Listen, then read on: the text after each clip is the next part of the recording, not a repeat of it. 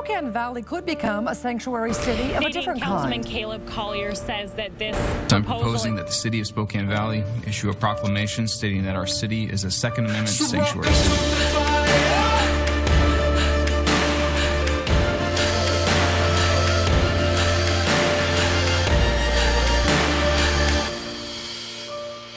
Welcome to the fire. Today on Church and State, the scientific formula of God and creation with Dr. Nathanael-Israel. Hello, Christian Patriots, and welcome to Church and State, where we drive morality and religion over tolerance and apathy. And I'm your host, Caleb Collier, once again, your favorite far-right shock jock, and the show that talks about politics and religion. Jesus Christ is our referee, so it's always nice and clean. Real quick, point you to the website, churchandstate.media.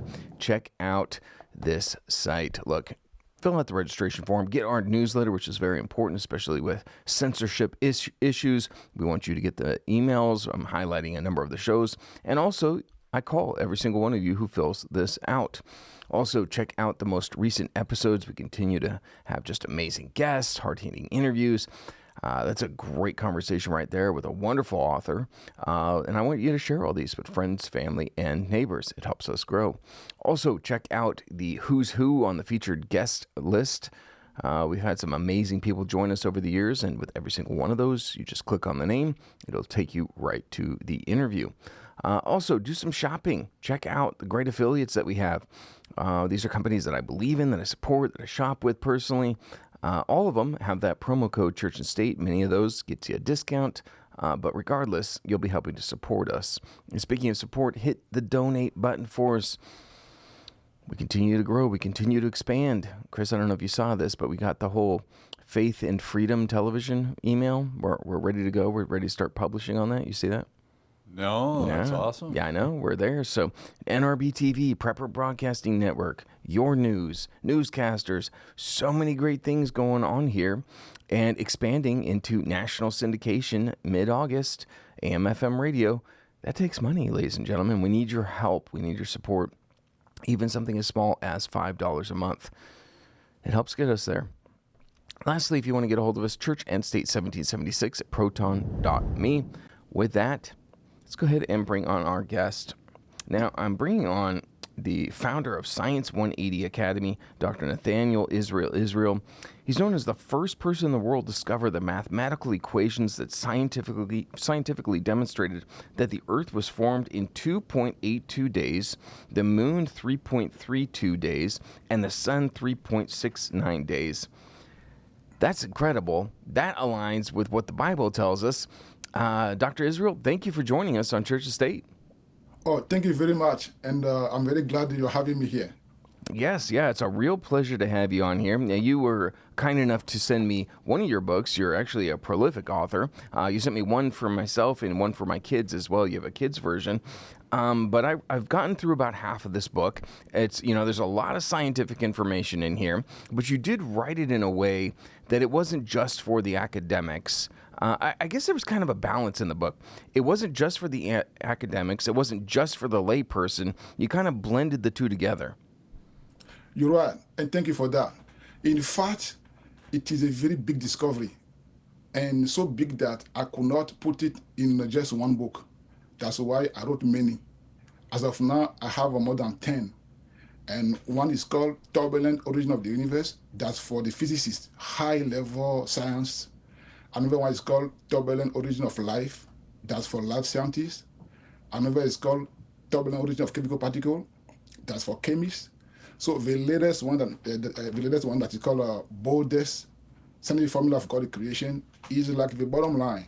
I try to appeal to everybody, and from there, anyone can go read whichever version they are pleased to study. One of the things I really enjoyed about your book is, there seems to have been this divide that was established. You were either science or you were faith. And for a long time, the world has been led to believe you can't have both. All right? You can't have the best of both worlds. You can't have your cake and eat it too. But your approach here is to use the scientific data, some of the giants within science, Einstein, Sir Isaac Newton, and examine their data. And you were able to do so and realize that, hey, a lot of the scientists are getting this information wrong. That's correct. And that's a mystery. For hundreds of years, let's say 3,500 years, that the biblical account of creation was revealed by Moses, who said that God of Israel created the earth and finished its formation on the third day, the moon and the sun on the fourth day. Nobody has ever proven this scientifically. You will see Christians that will tell you they believe in God and creation, and yet some of them embrace theories like Big Bang, evolution, that we know very well go against God. And on the other side, you will see scientists, secular scientists, who will say that they know everything about everything and denying God, to a point that it is hard for Christians to even defend their faith using pure science, because nobody has ever done what I did. And scientists who are looking for proof of God cannot find it from the Christian preaching or for the Christian theory they are advancing, and themselves, they are not able to find the answer through the secular theories that go against God.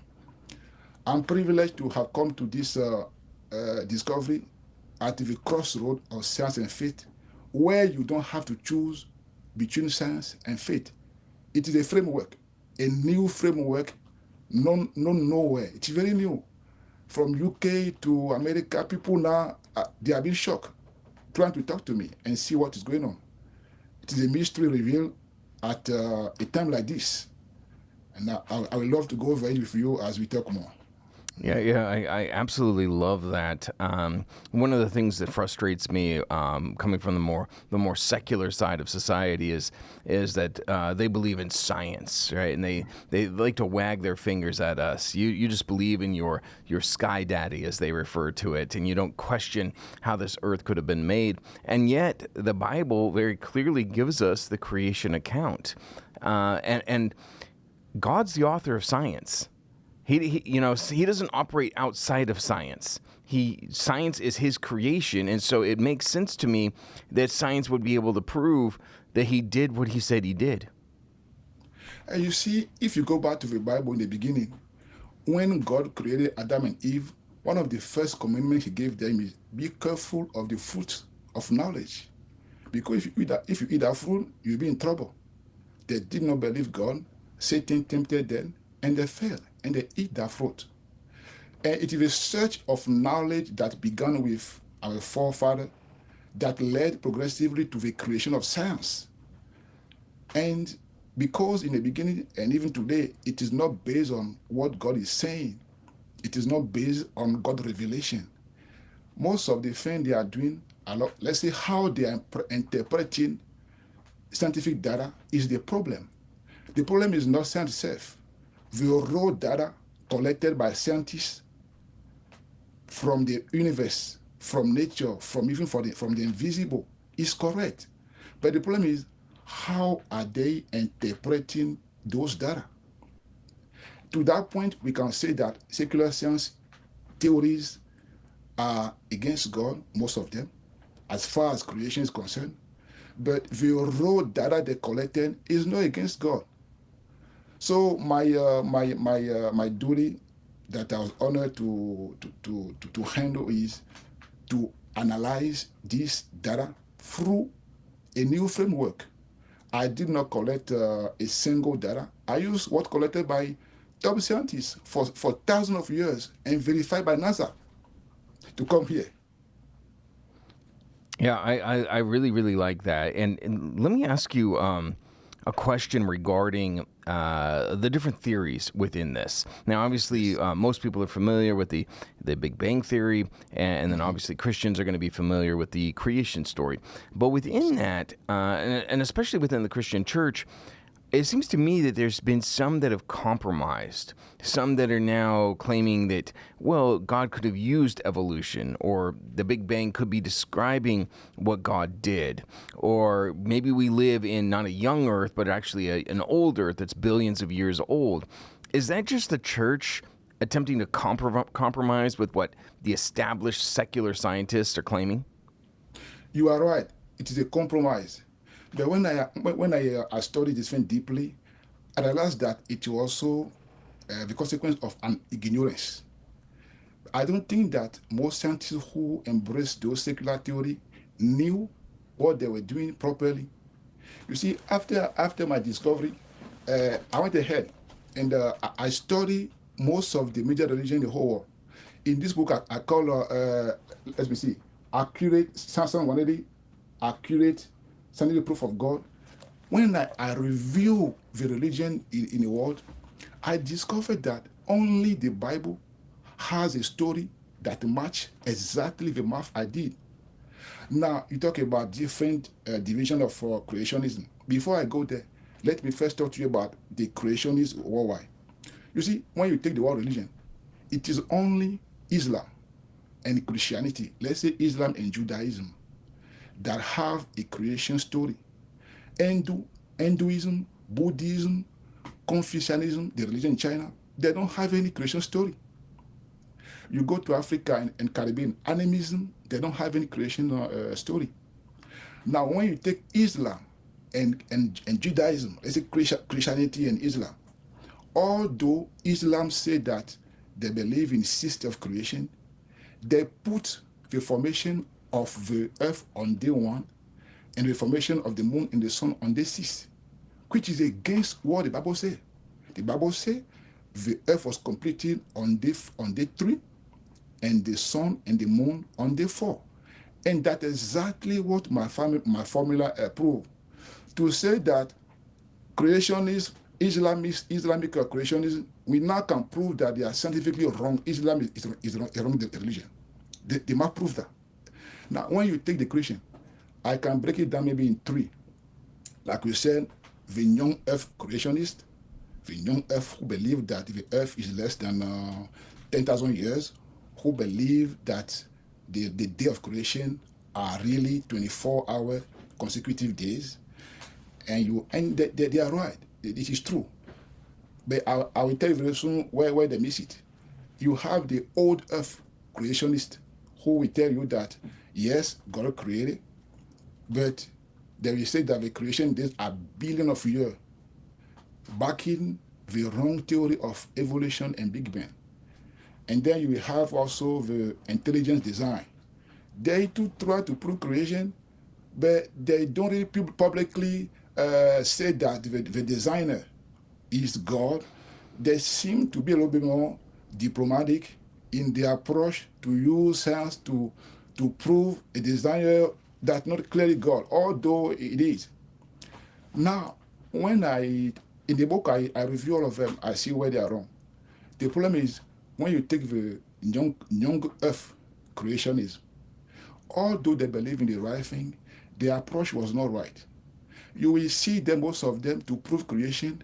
They will talk to you about Noah great flood. They will talk to you about the fossil. They talk to you about Grand Canyon. They talk to you about dinosaurs. And basically, their theory, most of those speakers turn around those things. But all those, the intention is good. You will not find most of those things are listed in Genesis chapter 1, which is about creation. There is no Noah great flood in Genesis 1. There is no fossil, no dinosaur. Of course, dinosaur, maybe we're talking about animals. But to talk about creation of celestial body, Genesis chapter 1 from verse 1 to 21 is plenty. But you won't see any of the things they focus on there. I get it. They don't know how to do better. Now, when you go consider the old earth creationism, I know them. I just don't want to list their name. A big mistake. They will tell you God used billions of years to create the universe in 6 days. Nonsense. It doesn't match. Still, you will find preachers, mega televangelists, theologians, top people we respect, defending that nonsense. And when the atheists, the free thinker look at it, they laugh. And of course, they are happy. They are happy to see Christians back in the billion of years. So me, when I came into all this, thank God, I was not trained as a physicist in America.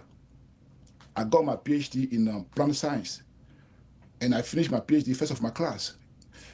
So it is my life story that led me to go see what NASA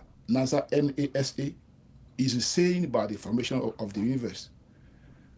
And that's where I found data. And because I didn't have any prejudice, any preconceived mindset, the data led me to where is the truth. And that's where we are now. You know, you dropped a lot of knowledge bombs on us right there. Let me dissect a few things. Number one, what you were talking about with these people who have puffed themselves up with knowledge, and I'm sure you would agree with me, that so oftentimes when we deal with these individuals, they're lacking wisdom. And that seems to be the issue within the secular scientific community, is they're so puffed up with their own knowledge and oftentimes inventing theories that contradict each other, that they're lacking that wisdom that you and I both believe is found in the Bible. I also really, really appreciate the fact that you called out Islam right off the bat. Well, I mean, you called out all the other religions, all the world religions out there, and none of them have a creation theory or story. But Islam does. But mathematically, you were able to prove you guys are wrong. And if you're wrong at the foundation, right, at the creation, then your entire religion is false. If you're wrong from the very beginning, why would I follow that? And then the third point here, and I'll let you hit on all three of these topics that I just said, but the third one here is that compromise that you're discussing there, and really calling out the Christians. Look, if you believe that God the Father, the creator of it all, can perform miracles still today, can heal you like that, why would you believe that he needed billions upon billions of years to create this whole thing in the first place? That's a good comment. Yes, you are right. They lack the wisdom. You see in the Bible, when you see the teaching of Apostle Paul, he will tell you plainly that the wisdom of this world is foolishness. And the foolishness that the world think we believers have is God's wisdom. So people who don't know God, they don't have the light to understand spiritual things. They are living in darkness.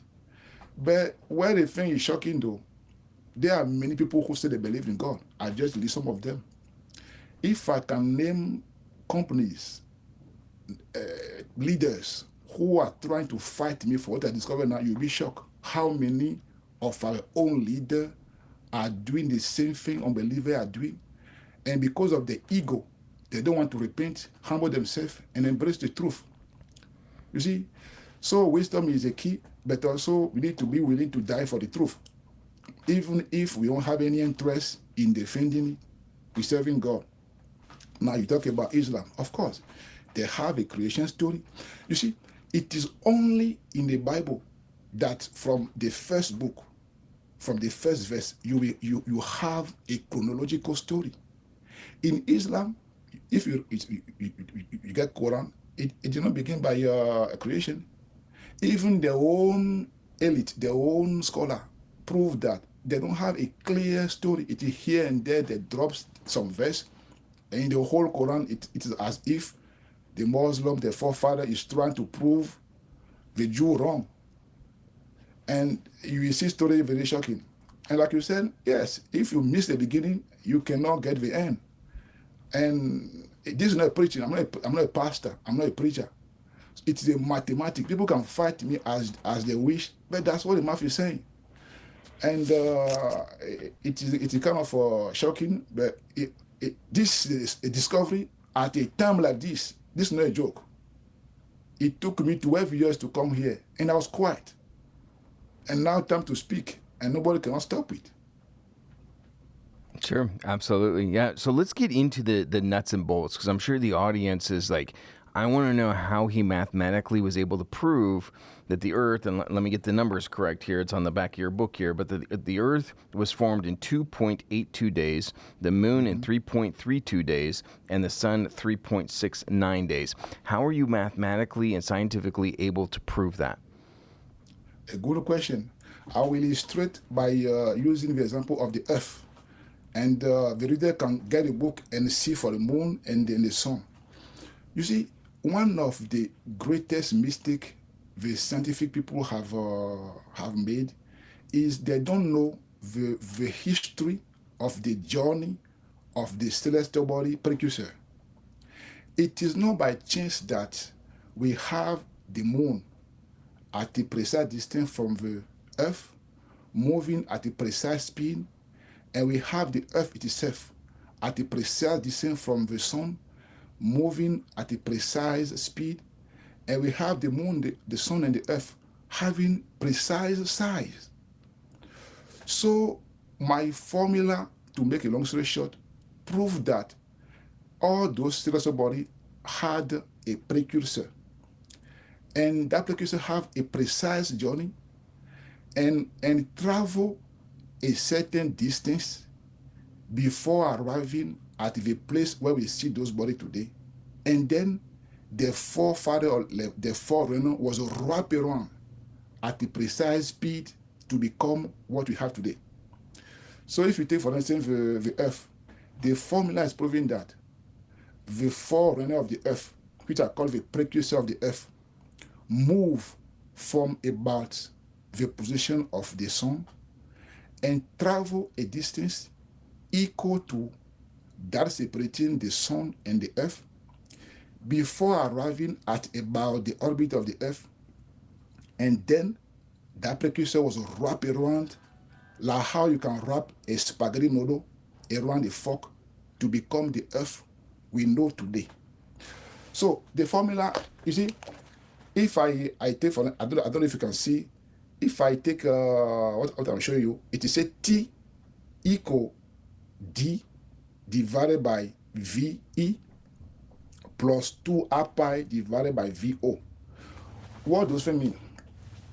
As I told you, the forerunner of the earth move from about the sun to the earth at a speed.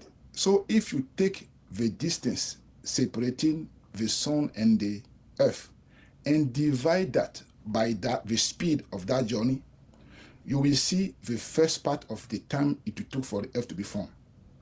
I will tell you very soon how I get there. I'm just giving you further formula explanation. So take the distance between the earth and the sun and divide by the speed that scientists they know. Since the days of Isaac Newton, they know that speed. It is called escape velocity of the sun.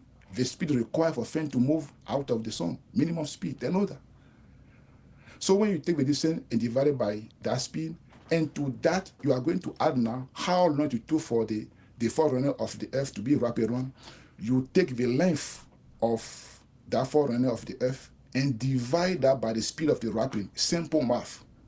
So the distance, I prove it is about the circumference of the perimeter all around the earth. And when we know the radius of the earth, to calculate the perimeter around the earth or the circumference of the earth, you just do 2 multiplied by pi multiplied by the radius. Pi is just 3.1. And you divide that by the speed at which the earth is moving around the sun today. It's well known since hundreds of years. So that's what the formula is saying. But how did I get there? But to get there, sir, it took me 12 years. I went over hundreds of variables collected on the celestial body. I studied a lot of stuff. Science, chemistry, life science. Thank God, my journey from Africa, you see, I was born and raised in Africa. I moved to America about 20 years ago. For almost 15 plus years now, I'm a U.S. citizen. And I'm proud to be living in this great country. And I'm proud to be discovering this here, which is also under our nation. So my journey from Africa to America, and in America, what I went through before I got my PhD, and after my PhD, have trained my mind to think a certain way, to think a little bit differently. So when I got those data, a lot of those variables, people can access them in my books. The boldest scientific of God and creation, or when they go there, they can see a book I wrote. It's analyzing those data that allow me to piece together one by one what may have happened from this variable to that one to this one, the distance between things, their size, their speed, how they are tilting, how is the orbit, ton of stuff. And to get there, there is a mystery in science that they call turbulence. Turbulence. It is well known as a mystery, in fact, as an unsolved mystery in science. But me not having been trained as a physicist, I was able to crack that thing. And it was breaking that code that let me find a formula. And for 500 years, the scientists in turbulence have been trying to prove it. They cannot prove it. So I had to break that before I discovered the simple formula I just told you. I hope people can follow up in the book and see the detail. Yeah, definitely. I'm glad you brought up the turbulence, because that was actually going to be my next question for you. We'll probably have to wait till after the break there, but going back to your formula that you found, developed, does that require a focal point then? Is that part of the mathematical equation, that if you're going to be looking at the distance between these two celestial bodies, that there has to be a focal point from where it started? You see, it's a matter of what I call split gathering. It's a concept I coined. What that means, the way celestial bodies were formed, it is as if something was a split, and then the thing born out of it were gathered. Now, ask any scientist, why is the moon orbiting the Earth, and why is the Earth orbiting the moon, the sun, and why they even think that the sun, let's say the solar system, is orbiting around the center of the Milky Way galaxy, the galaxy we belong to. And they will even tell you that even the Milky Way galaxy itself is or seems to be orbiting another center of cluster of galaxy, and so forth. So when you study the way celestial bodies are organized across the universe, it is like a nest of body orbiting after body, from the satellite to planet to a stellar system to a galaxy system to a galaxy system. You see, when you see like the global network of celestial body, that's how it is. Now, even if when you take atoms, when you take chemical particles, it is well known for more than 100 years that atoms are like you have in the middle the nucleus, or let's say the proton and the neutron, and they believe you have the electron. It is same thing that replicating everywhere. You come to a nation, you will see families. You will have a father and a mother surrounded by children. You have a family surrounded by a grandparent surrounded by a great-grandparent. The same thing that happened to a celestial body also happening here. So to answer your question in short, yes, there is a beginning for those things, the reference. And you must consider that reference before you can put things together properly. All right, I appreciate that response. We've hit that hard break, ladies and gentlemen, but we're going to continue on. It'll be in about another 15 minutes. Hey, this is Caleb Collier with Church and State, and I want to tell you about methylene blue. For a long time now, you've seen the Maha people using methylene blue. I thought I'd give it a try. You know what? It helped me considerably, not only with mental clarity, but also with insomnia. Now, you got to be careful with methylene blue because the market is filled with counterfeit products, but Best 365 Labs is the greatest methylene blue on the market. I'm telling you, take this stuff, enjoy the benefits, and it'll also have a little bit of fun when going to the bathroom. I need you to go to best365labs.com and use that promo code Church and State. You're going to get a discount. You'll also be helping to support Church and State and our pursuit of truth. And we are back, and thank you for staying with us. You're over at churchandstate.media, and we're going to go back to our fascinating guest. But real quick, I got to plug one of our affiliates, and I'm thinking Patriot Pouch today, Chris. A lot of people are interested in potentially the benefits of nicotine, but some people have some concerns, and specifically around elevated heart rate, elevated blood pressure. There is an alternative out here, and it's Patriot Pouch. It's not nicotine, but it's hitting the same receptors, the nicotine receptors that you're made with, that you're created with. So check out Patriot Pouch. It's a great alternative. It's owned by a patriot and a Christian. Use that promo code Church and State. You'll get a discount, and you'll be helping to support us. Also, hit the donate button for us, ladies and gentlemen. Once again, I'm bringing on people that you're maybe not hearing anywhere else. And they're important subjects. And I'm across the spectrum. I mean, there's all sorts of different topics that I'm bringing up. This is a fascinating example of this. So please, if you like these shows, hit the donate button for us. All right, with that, let's go back to our guest, Dr. Nathanael-Israel, and we're talking about creation. We're talking about mathematical and scientific proof that the Bible is accurate.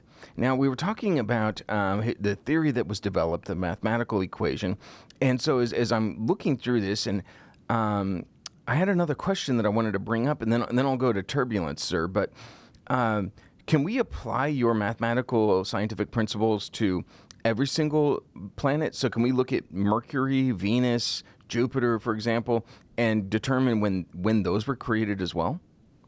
Of course, and I did that in this book. You see, this book called Turbulent Origin of the Universe. It is like 700 pages. In it, I detail a lot of things. And I calculated how long each of those celestial bodies, how long it took for them to be formed. And from Venus to Mars to, let's say Mercury to Venus to Earth to Mars to Jupiter, Saturn, Uranus, Neptune, all of them, they have precise date. And when you plug the formula, it's easy. Not just in the solar system. Now, if you go to other stellar system, other galaxy, you can also use the same formula to calculate how long they were born. But because the Bible focuses on the earth, the moon, and the sun, I choose to focus on those things, or do I can apply anywhere? I don't have to. So that's it. Okay, absolutely fascinating. I mean, I've always been fascinated by astronomy. Always looked to the stars and just kind of wondered. And so I love the concept. I absolutely love the idea. Now, one of the things that you also talk about in your book is turbulence. That it was very turbulent in the creation. Can you explain that for the audience? Yes, turbulence. It is like I said earlier. It's a very complicated topic. It is like the way things like fluid, let's say water or air, move and organize themselves. When you talk to the expert in turbulence and ask them to define for you, they will tell you turbulence is a chaotic thing, a random disorder. That's how they define it. But as for me, when I study, it's not a chaos. It we, the people who are trying to assess it, who lack to understand what is happening there. And me, I came to that conclusion by analyzing their own data. Slowly, no pressure was not on me. No church, no university, no government, nobody was helping me. So I was against all those pressure. I took my time slowly. Because when I saw the data, I felt like, hey, this is a serious issue that I need to handle. I knew if I told them, they would have killed me by now. If I even see how now they are against me, not just the secular, even the people who say they believe in God, some of them. So turbulence is not chaos. It is very organized. When you take water in the bucket and you throw in the air, you will see it can break down. People can do that themselves. Take the water, throw in the air, you will see it can break down into pocket of water. When we see cloud in the sky, whether it is for tornado, for hurricane, even whirlwind, how things turn and organize into structure, all those are part of turbulence. When you have turbulence, you have what they call 3D, things that organize in different structures that you can easily see. Now, it is defined for the lay people to understand. But when you go into the math, what you may discover is when you have turbulence, things are moving at precise speed and be rearranged differently according to precise law, according to precise axes and references, giving birth to precise structure, which can be moving in different circle, different orbit, elongated and tilted in a different way. But when you don't know how to organize them, you may think things are not moving properly. Why is all the planet Let's say even all the asteroids, why are they moving around the sun? Why is the moon moving around the Earth? Why is Mars, 2 satellites, moving around Mars? You go to Jupiter, more than 60 satellites moving around Jupiter. Saturn, more than 200 satellites moving around them, and still all of them moving around the sun. Imagine you reduce that to a small scale. You can see how the different can be messed up. So it's a misunderstanding about this concept that causes people to be thinking that it's chaos. And when I study what they collected, you can never ever crack the code of the universe if you don't understand that. I absolutely love this. The Bible tells us that God is a God of order. Mm-hmm. And science has told us that there's chaos in our environment, in the universe. Mm-hmm. You're absolutely right. What you just said makes complete sense to me. I hope it does to the audience as well. We may view it, and because of our finite human understanding, we may see that and say, that's chaotic. But you're right. It all has order. Your example of throwing water up in the air, that may seem chaotic, but it's still got form to it, right? It's still water. It's gravity is taking effect. There's still order to all of that. I think that's absolutely fantastic and groundbreaking, honestly, because it flies in the face of what modern science tells us, but just to a layman, it makes a whole lot more sense. Mm-hmm. You see, even when you take the Bible, the first few verses, God said in the beginning, God created heaven and earth. It is said the earth has no form. It was formless. But God told us how it was formed. And he said, the Spirit of God moved on the surface of the water. And God said, there were division of water from water. You see? And then they said, God gathered things before forming the earth, the moon, and the sun, and many other celestial bodies. That thing I just said is turbulence. The separation of water from water, the movement of water. God Almighty, do you think he will move on the water like slowly? No, it is a power, it was very powerful. If you take water and shake it slowly, it will not move as if you shake it very, very strongly. It is the way God shook things, God created things, God pushed things in motion that gave everything motion. That's the beginning of energy that gave everything motion. And the way those things end up being, let's say, the forerunner end up being organized, led to what we have today, our celestial body, our atoms, our particle, molecule, whatever you want, in a way that everything is a scale. It is scale. Scientists now themselves know that if you change one here, one change here. Why? They are all connected. And God knows what he did. He knew why he used 6 days.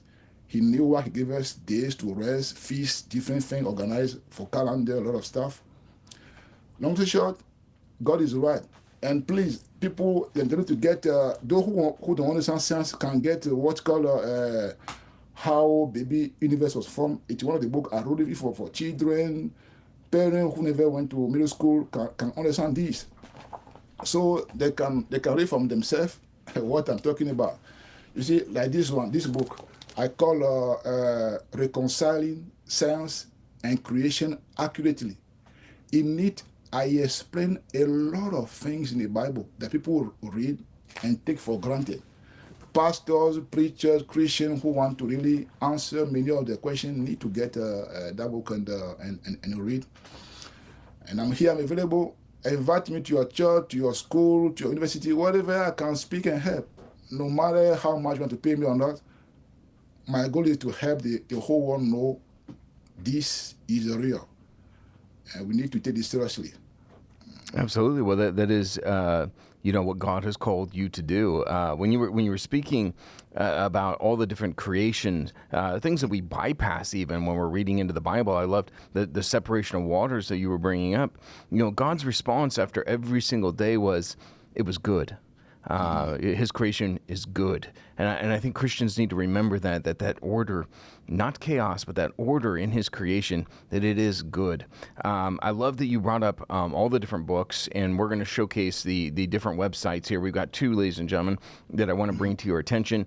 Number one, we have science180.com, and Chris is going to show you that right there at science180.com. Go check this out. It's where you can order all the books.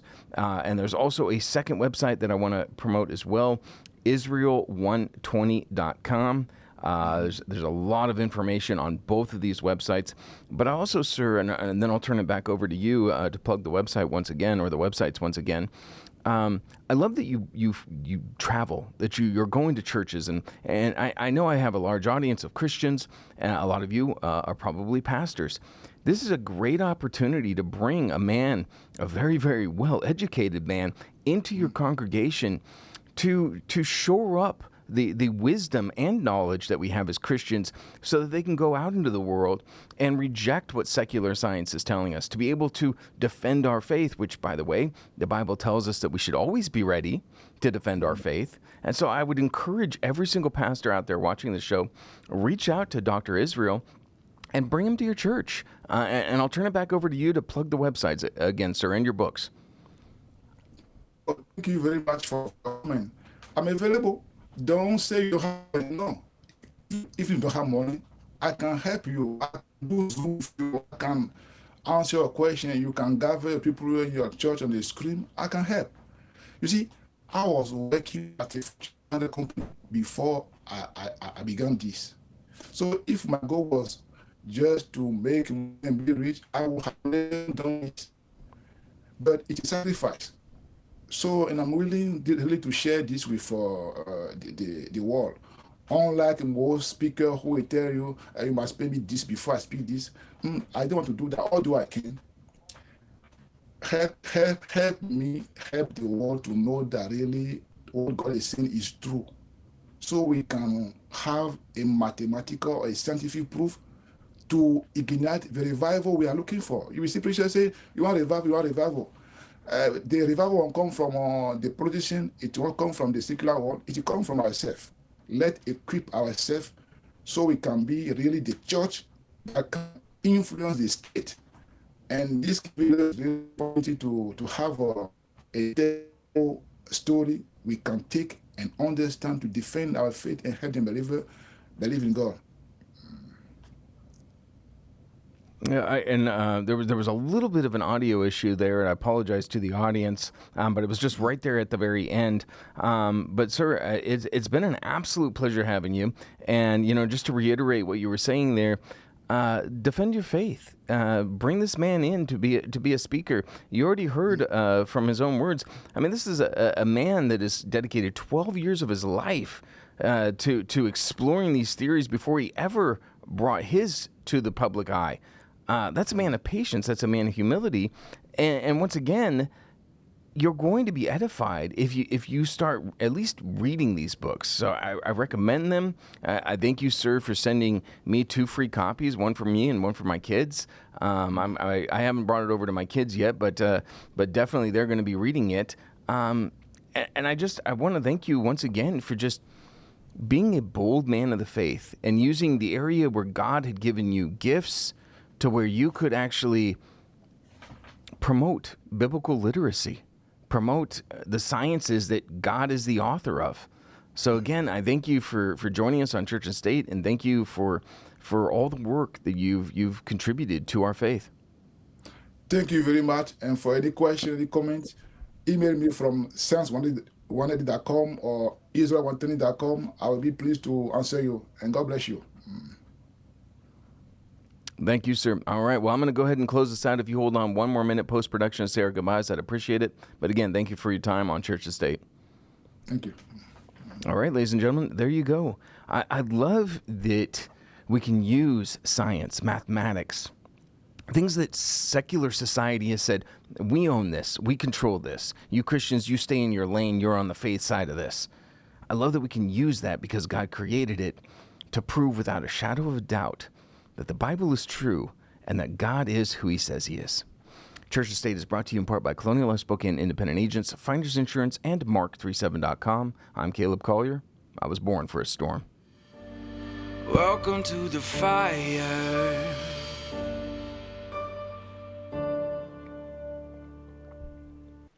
This is Caleb Collier with Church and State. Are you tired of your device spying on you? Ladies and gentlemen, we live in 1984. Your phones, your tablets, your smart televisions, they all are spying on you. And this is why I heavily endorse Mark37.com. This is everything you need for your digital privacy. Phones, tablets, laptops, all of them are ghost protocoled. So that means that you are in charge of your own data. Just go to churchandstate.media, scroll over to shop, and hit mark37.com for all of your privacy needs. Make sure to use that promo code Church and State. Hey, this is Caleb Collier with Church and State. I'm here to tell you about Hunter's Blend Coffee. I got to tell you, I absolutely love this stuff. I'm all about the dark roast. Hunter's Blend Coffee, black powder. Doesn't that just sound like deliciousness and rebellion? I got to tell you, in America, we don't drink tea. No, we drink coffee. It's the food of the gods, and I endorse and support Hunter's Blend Coffee. Gotta tell you, it tastes like freedom. So I need you to go over to churchandstate.media, scroll to Hunter's Blend Coffee, and use the promo code Church and State to help support us.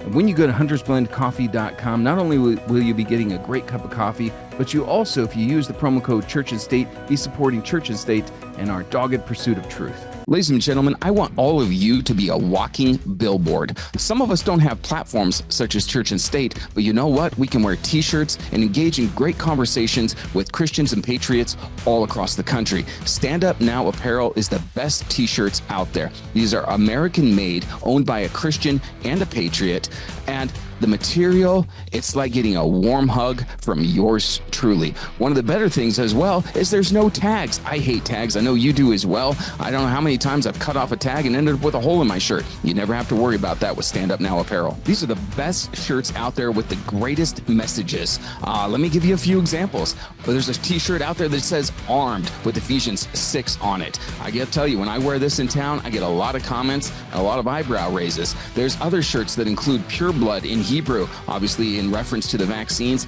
and also you can get Church and State merch there as well. We've got our flagship shirt, I Was Born for a Storm, with Church and State right on it. You got to order this shirt. Go to Stand Up Now Apparel for t-shirts and hats, all of this great merch with great Christian and patriotic messages. Remember to use that promo code Church and State.